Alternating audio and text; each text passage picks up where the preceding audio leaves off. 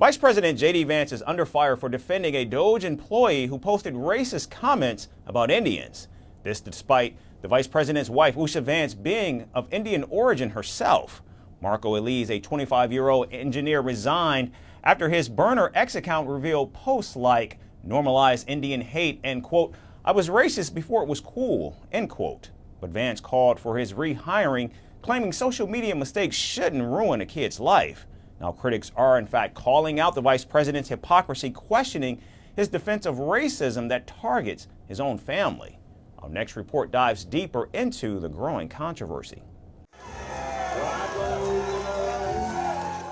The Vice President of the United States, J.D. Vance, is no stranger to controversy, but his latest move has stunned even his supporters.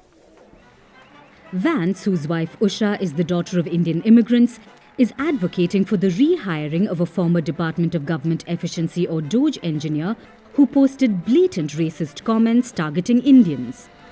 Ladies and gentlemen. Marko Elez, a 25-year-old Rutgers graduate, found himself at the center of a firestorm after the Wall Street Journal revealed his secret X account. Among his posts were statements like "Normalize Indian hate," "I was racist before it was cool," and "You could not pay me to marry outside of my ethnicity." Obviously, after the backlash, Elez resigned, but Vance wasn't ready to let him go. "I don't think stupid social media activity should ruin a kid's life," Vance posted on X. Yes, the Vice President of the United States defended a man who publicly called for hatred against Indians, the very community his own wife and children belonged to, and the irony wasn't lost on anyone. That's when Elon Musk, founder of DOGE and owner of X, decided to take the matter to a public poll. Bring back DOGE staffer who made inappropriate statements via a now-deleted pseudonym, he asked. The poll closed with 78% voting in favor of Elez's return, and Musk responded he will be brought back. Even the President of the United States, Donald Trump, supported his vice president and his billionaire buddy, Elon Musk. Responding to questions at a press conference with Japanese Prime Minister Shigeru Ishiba at the White House, Trump said he supports Vance and agrees with him, declaring, "I am with the vice president." As part of this DOGE cost-cutting effort, one of the DOGE engineers was fired for some inappropriate posts. The vice president says, bring him back.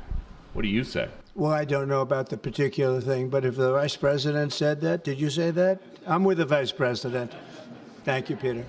But forgiveness wasn't on everyone's mind. Social media exploded with criticism, especially from Indian Americans.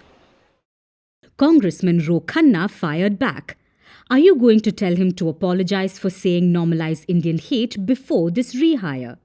Just asking for the sake of both of our kids." Yet Vance remained defiant and was quick to respond. First, he dismissed the backlash as emotional blackmail. Then, responding to Khanna's tweet, he said, "Racist trolls on the internet, while offensive, don't threaten my kids. You know what does?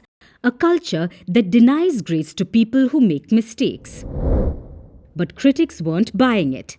Easy for J.D. Vance to say this when his kids are covered by 24/7 security, one user commented. And another reminded Vance of his old words when he said exactly the opposite, pointing towards the president of leading a movement of vile racists. Now, this isn't just about one engineer's hateful posts, it's about MAGA's double standards. When black NFL players kneeled, MAGA demanded permanent bans. When liberal figures slipped up, MAGA called for boycotts. But when a white engineer posts normalize Indian hate, he gets a poll, forgiveness, and full public support. So as Elez returns to DOGE, Indian Americans are left wondering, is there truly a place for them in this movement? Or are they just tokens, embraced when convenient, but discarded when their presence becomes uncomfortable? Because one thing is clear, MAGA's loyalty has limits, and it doesn't seem to extend to everyone. We're calling the show Vantage. We hope you like what we put together for you. touted as the minimum to raise defense from that video. India's neighbors were the first to send the special edition of Vantage live from the White House throughout this week. Yes, Hindu Mandir in we're on our way to Tel Aviv. Pretty measure, but it's also the perfect way to drive. I don't think that Prime Minister of Bhutan, Sherin Tagwe. Welcome to 60% of the world's office. Prime Minister Modi did the iron. we were actually How are you doing? How do you like? It's been 1 year since that meeting. Iron bars separate you from the outside. Out the vote efforts. Trump had, it says, and at $4.3 trillion. 300 billion by 2030. That's what we need to tackle climate change.